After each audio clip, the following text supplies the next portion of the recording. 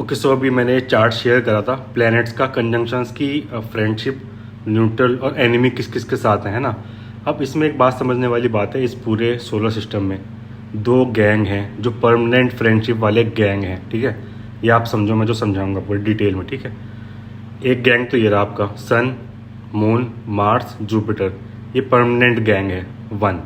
Second हो गया आपका सैटर्न, मरकरी और वीनस का, ये परमानेंट है, ठीक है। अब इसमें क्या है, सन जो है मून, मार्स, जुपिटर को फ्रेंड्स मानता है, ये सन के रिगार्ड में देख रहे हैं हम बस हम, ठीक है। मरकरी को न्यूट्रल मानता है, सैटर्न वीनस को एनिमी मानता है सन। सेम वे आप मून को देखो, मून किसी को एनिमी नहीं मानता, मून कहता है जिसके साथ भी रहूँगा उसके साथ मैं सीख लूँगा, लड़ाई मुझे किसी से नहीं करनी, ठीक है। एंड यू सी मून जो है सन और मरकरी को फ्रेंड्स मानता है, एंड न्यूट्रल किस किस को मानता है, वीनस, मार्स, जुपिटर, सैटर्न। अब मून और जुपिटर तो अच्छा कंसिडर होता है, लेकिन फिर भी मून कहता है नहीं, मेरी दोस्ती बस न्यूट्रल है जुपिटर के साथ, गज केसरी योगा बनता है ये, है ना। सेम विद जुपिटर, जुपिटर बहुत अच्छा दोस्त मानता है लेकिन मून को, सन को और मार्स को।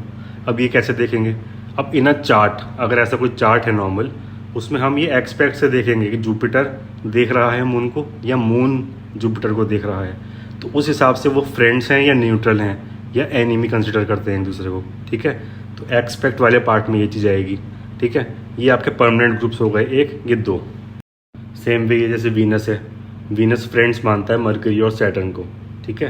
एंड सैटर्न भी मरकरी और वीनस को फ्रेंड्स मानता है। अब लेट्स से वीनस आपका इस चार्ट में, ये तो एक चार्ट पूरा हो गया फ्रेंडशिप वाला।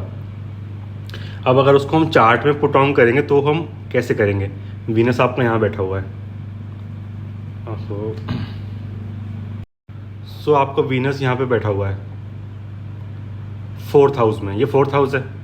एंड लेट्स से ये साइन है आपका 10th, कैप्रिकॉर्न का साइन है, ये सैटर्न का साइन है, मतलब कि ये सैटर्न और वीनस फ्रेंड्स हैं, तो वीनस यहाँ पे अच्छा है।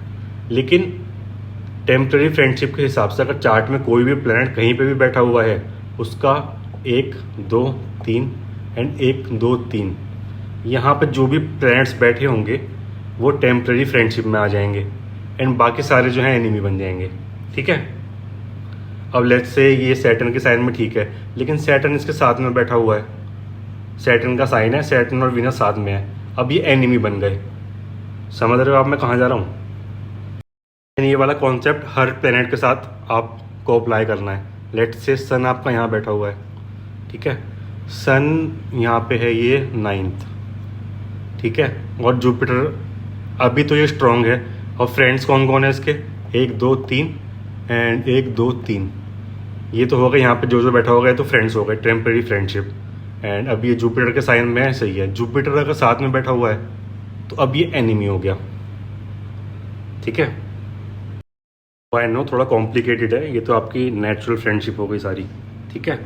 ये आपकी टेम्पररी फ्रेंडशिप है, प्लैनेट की प्लेसमेंट के हिसाब से 3 घर ये एंड 3 घर ये, जो भी प्लैनेट यहाँ पे बैठे हुए हैं बाकी सारे एनिमी बन गए।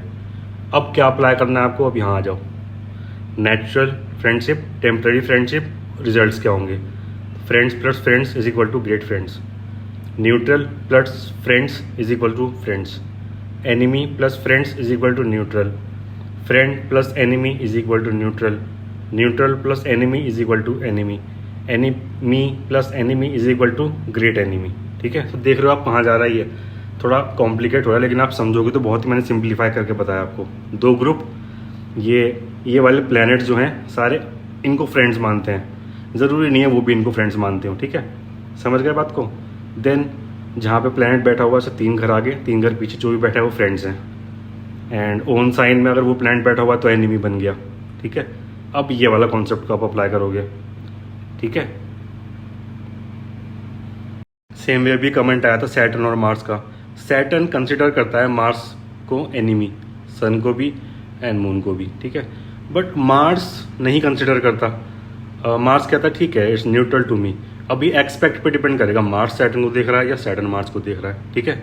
देन सेम वे मरकरी किसी को भी एनिमी नहीं मानता, मून तो मानता ही नहीं है, मरकरी कहता है मैं जिसके साथ भी बैठूंगा मैं सीख लूंगा, फिर भी मून को इसलिए मानता है बिकॉज ऑफ दैट स्टोरी, है ना। बट फिर भी कहता है मून के साथ अगर मैं हूँ तो मैं सीखूंगा मून से। तो मरकरी और मून का इतना नहीं है, बाकियों का मैंने आपको बता दिया है। एंड या केतु वीनस का भी अभी कमेंट आया था, Ketu and Venus they are friends.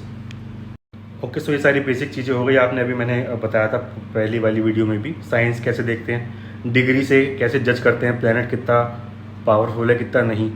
And उसके बाद कंजंक्शंस कैसे देखते हैं, कौन सा प्लैनेट किसके साथ फ्रेंड है किसके साथ एनिमी है। देन उसके बाद देखते हैं डायरेक्शनल स्ट्रेंथ। वो क्या होती है? डायरेक्शनल स्ट्रेंथ होती है आपकी कि एक प्लैनेट अगर चल रहा है इस डायरेक्शन में, उसकी दशा, महादशा, अंतर दशा, पर्यंतर दशा में, वॉटेवर, तो उसकी स्ट्रेंथ कितनी ज़्यादा है। एंड राहु और केतु की डायरेक्शनल स्ट्रेंथ नहीं होती है। एंड सबसे ज़्यादा मैक्स कौन से घर में कौन सा प्लैनेट होता है, जो मेन आपके साथ हैं, ये जो आपका सन है और मार्स है, सबसे ज़्यादा डायरेक्शनल स्ट्रेंथ उनकी 10th हाउस में होती है। ठीक है। देन आपकी जुपिटर और मरकरी की 1st हाउस में होती है। ठीक है। वीनस और मून की आपकी 4th हाउस में होती है। एंड सैटर्न की आपकी 7th हाउस में होती है। क्लियर? अब सैटर्न 7th हाउस में क्यों? इसलिए कि ठीक है, हनीमून फेज एक पार्ट होता है शादी का, एंड सैटर्न कहता है नहीं मुझे काम करना है शादी के अंदर, शादी करने के बाद वर्क करना पड़ेगा उस चीज़ पे, डिले करता है लेकिन रूटीन लेके आता है वो उस चीज़ में। एंड सबसे ज़्यादा पावरफुल 7th हाउस में सैटर्न होता है। अभी सारे प्लैनेट्स जहाँ मैक्सिमम पावरफुल हैं उसके एकदम ऑपोजिट वो बिल्कुल ही दिग्बाला पोजीशन में चले जाते हैं, मतलब कि वीक हो जाते हैं। सन और मार्स आपका 4th में वीक हो गया। ठीक है। देन आपका जुपिटर और मरकरी 7th में चला गया। तो इस लाइक के 1st हाउस जुपिटर कहता है खुद पढ़ाई करो, आप खुद सीखो। एंड 7th हाउस में जुपिटर इज लाइक के विजडम सीख करता है औरों से, अदर पीपल से, है ना, अपने स्पाउस से इंफॉर्मेशन कलेक्ट करता है, उनसे सीखता है। तो जुपिटर नहीं कंफर्टेबल है वहाँ। मरकरी भी सेम वे आपका मून और वीनस 10th हाउस में, ठीक है, नहीं कंफर्टेबल है। एंड सैटर्न आपका 1st हाउस में नहीं कंफर्टेबल है। मार्स आपका 4th हाउस में चला गया। तो इस लाइक सोल्जर है, सोल्जर का काम होता है बाहर जाके लड़ाई करना, है ना। एंड वो 4th हाउस में सोल्जर किचन में आ गया, वो कैसे फाइट करेगा? कंफर्टेबल नहीं होता वो 4th हाउस में, डायरेक्टली ऑपोजिट नहीं कंफर्टेबल है।